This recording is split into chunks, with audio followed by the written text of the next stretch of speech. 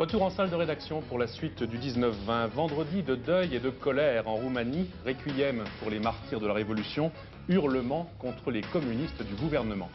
Mikhail Gorbatchev choisit la voie de la discussion face au problème des nationalités. Le numéro 1 soviétique a promis plus de liberté aux Lituaniens qui parlent pourtant de manœuvres politiques.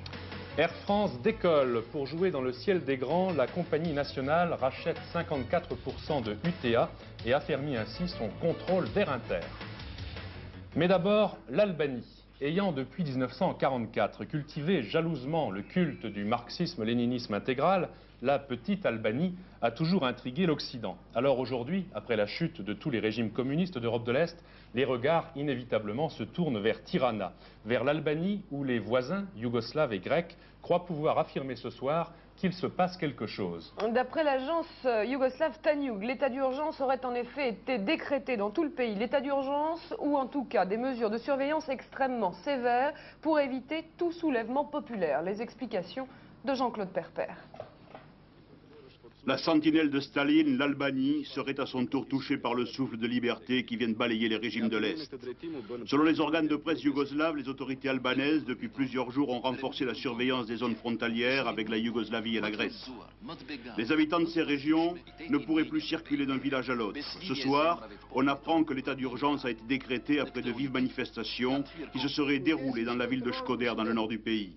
Selon le quotidien Politika yougoslave, à Tirana même, la capitale, la police contrôle étroitement la circulation automobile et la garde a été quadruplée autour des résidences du président Ramiz Alia, que l'on vient de voir, et Nejmer Hoxha, veuve du fondateur de la République. Information, bien sûr, démentie par les autorités albanaises. Toutefois, il semble bien qu'une partie des 3 millions d'habitants, embrigadés, coupés du monde depuis 50 ans, commence à soulever le joug de la dictature impitoyable imposée par Enver Hoxha et son successeur Ramiz Alia. Déjà il y a 3 ans à Shkodër, des rebelles avaient affronté des unités spéciales de l'armée pendant plusieurs heures avant d'être écrasés sans pitié. Aujourd'hui encore, il est probable que, comme en Roumanie, le pouvoir n'hésiterait pas pour se défendre à provoquer un bain de sang. Reste que les Albanais et l'ambassade d'Albanie à Paris, notamment à l'instant, fait savoir qu'il s'agit là encore une fois d'une calomnie en provenance de la Yougoslavie qui en est coutumière, dit l'ambassadeur d'Albanie en France. Ambassade qui précise également que tout est calme dans le pays là-bas et que les vols d'Air France, notamment 3 fois par semaine, ont été effectués cette semaine sans aucun problème. Faites-moi confiance, c'est ce que Petre Roman, dans le même temps, le jeune Premier ministre roumain, réclamait cet après-midi à Bucarest aux milliers d'étudiants qui, eux, manifestaient pour réclamer la démission de tous les communistes encore en place. Et cette manifestation a pris d'autant plus d'importance que le nouveau gouvernement, aujourd'hui contesté, avait décidé de faire du 12 janvier une journée de deuil national. Mais à Bucarest, l'histoire de la révolution est encore loin d'être terminée pour certains Roumains en tout état de cause. Jérôme Catala. Minutes de silence, cérémonies religieuses, dépôt de couronnes mortuaires. Cette journée de deuil national avait été soigneusement organisée afin d'honorer la mémoire des morts de la Révolution. Même le Premier ministre, Petre Roman, et le président du Conseil du Front de Salut National assistaient ce matin à une messe commémorative. Mais peu à peu, le deuil le cède à la colère. On brûle des cartes de membres du parti, on lance des slogans anti-gouvernementaux et surtout anti-communistes. À bas le communisme, les communistes dehors. La foule, en fait, réclame le départ des instances dirigeantes du pays, d'anciens responsables du parti, compromis avec Ceausescu. Les quelques soldats qui essaient de s'interposer sont débordés. Place de la Victoire, devant le siège du comité du Front de Salut National. C'est le Premier ministre roumain en personne qui doit s'expliquer, qui essaie de convaincre. Le parti communiste n'existe plus, lance-t-il aux manifestants. Donnez-moi une chance. Cette fois, la foule s'est dispersée, mais ce type de manifestation pourrait bien se multiplier.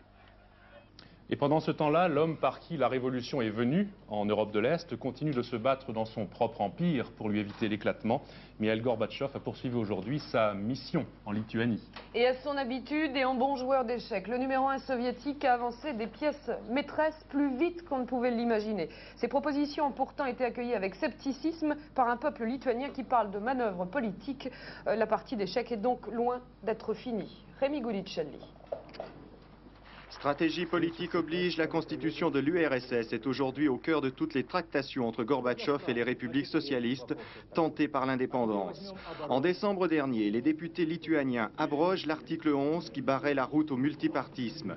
Hier soir, devant des intellectuels lituaniens, Mikhail Gorbatchev est allé encore plus loin en sortant de l'oubli l'article 72 autorisant chaque république fédérée à se séparer librement de l'URSS.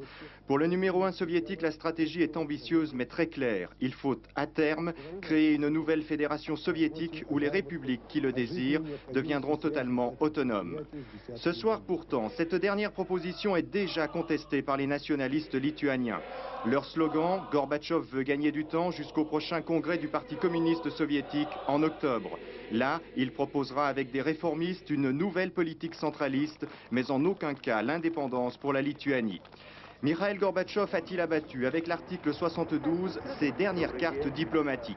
Alors qu'il poursuit son voyage en Lituanie, la Lettonie voisine vient à son tour aujourd'hui de voter contre le rôle dirigeant du Parti communiste.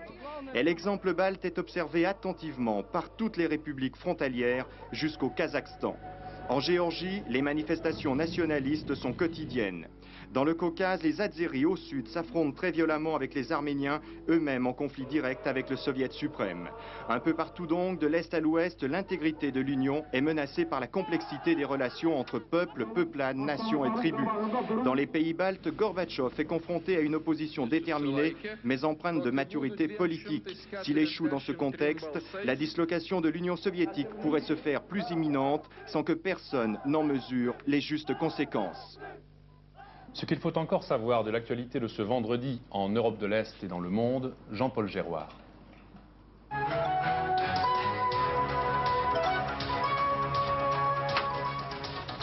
Hans Modrow cède à la pression de la rue. Le Premier ministre est-allemand a dû renoncer à la création d'une nouvelle police politique. Son projet avait déclenché une levée de boucliers de l'opposition et même de petits partis de la coalition gouvernementale. Des grèves de protestation ont éclaté et des dizaines de milliers de manifestants se sont rassemblés dans plusieurs villes du pays au cri de pas de nouvelle Stasi.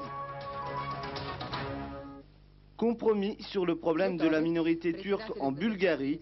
Une table ronde présidée par le nouveau dirigeant Petar Mladenov a confirmé le droit pour les Bulgares musulmans de parler turc et de garder leur nom d'origine. Pour apaiser les nationalistes, des garanties ont été données pour le respect des droits des Bulgares de souche dans les régions à majorité musulmane.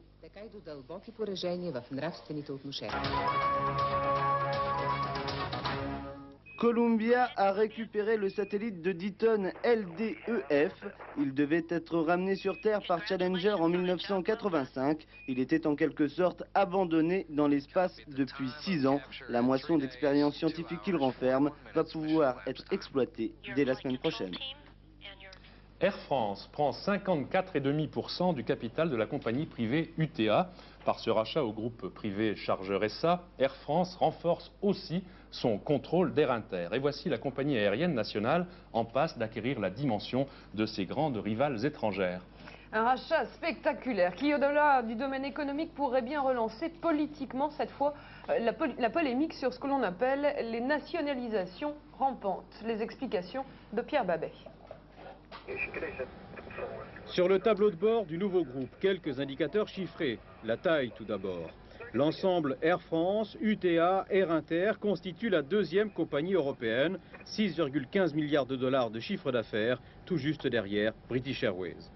Un clignotant orange ensuite. En 10 ans, la part de la France dans l'ensemble du transport mondial est tombée de 4,7 à 3,5%. Même constat sur le marché européen.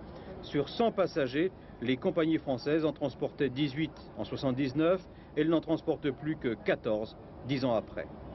C'est dire que ce rapprochement, c'est tout d'abord un retour sur Terre, un atterrissage sur une dure réalité.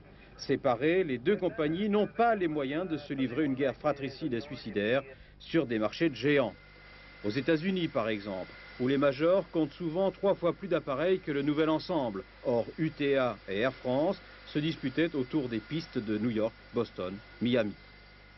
Mais reste à décoller, à prouver maintenant que 1 plus 1 plus 1, ça fait plus que 3.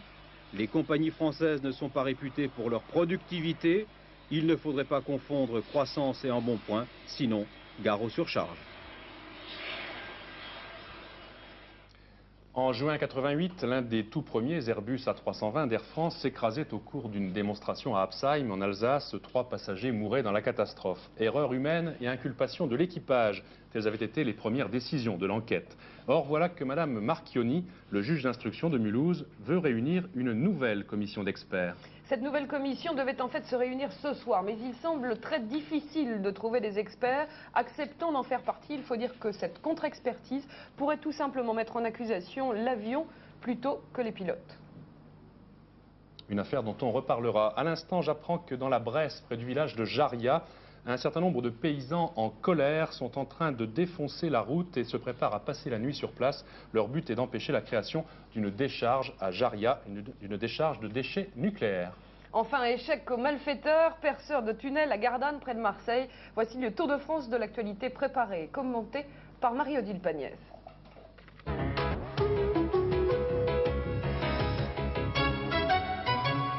Le casse aurait pu réussir, mais les malfaiteurs étaient vraiment trop bruyants. En creusant un tunnel pour accéder à la salle des coffres du Crédit Agricole de Gardanne, ils étaient parvenus jusqu'au mur de soutènement de la banque lorsque le système d'alarme de l'agence s'est déclenché à cause du bruit de la perceuse. Les gangsters ont réussi à s'enfuir. Libération en fanfare d'un détenu basque espagnol. Isidro Garalde Bedialauneta, arrêté en 85, purgeait une peine de 5 ans de prison pour son appartenance à l'ETA militaire. Pour l'accueillir à la sortie du centre de détention de Muret, une délégation venue de son pays.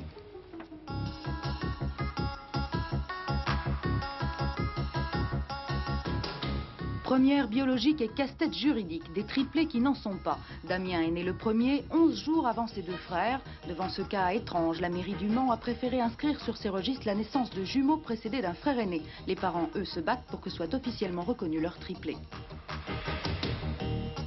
Une grande vedette ce soir sur la 3, Vladivostok. La ville et le grand port de l'extrême-orient soviétique constitueront à 23 h la dernière étape de notre série documentaire sur la perestroïka au fil du transsibérien. Mais dès 20 h 35, eh bien, Vladivostok sera déjà plein écran sur la 3. Avec Thalassa, pour la première fois depuis octobre 1922, une équipe de reportage a en effet pu pénétrer dans cette ville littéralement coupée du monde depuis près de 70 ans. Vladivostok, base secrète soviétique, mais aussi ville symbole, c'est le thème du reportage exclusif d'Isabelle Meuglin et Jean-Michel Destangue.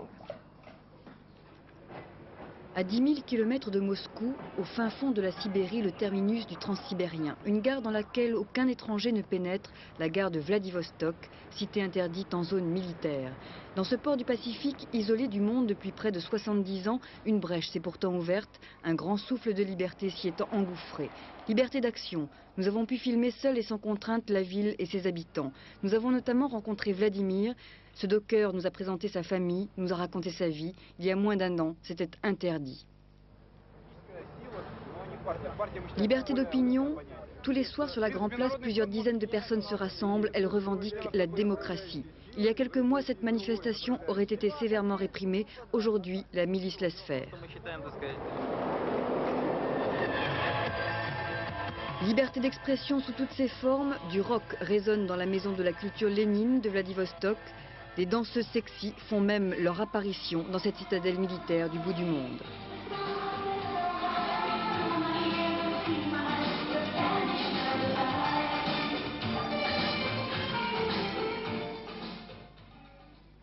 Ce soir, 20 h 35 sur la 3, la mer monte, Thalassa, la mer monte à Vladivostok. À 21 h 30, le retour d'Arsène Lupin et puis bien sûr Soir 3 à 22 h 30, présenté par Maggie Gilbert. Tout de suite, la météo complète de Florence Klein. Merci, bonsoir et à demain. Très bonne soirée sur FR3, bonsoir.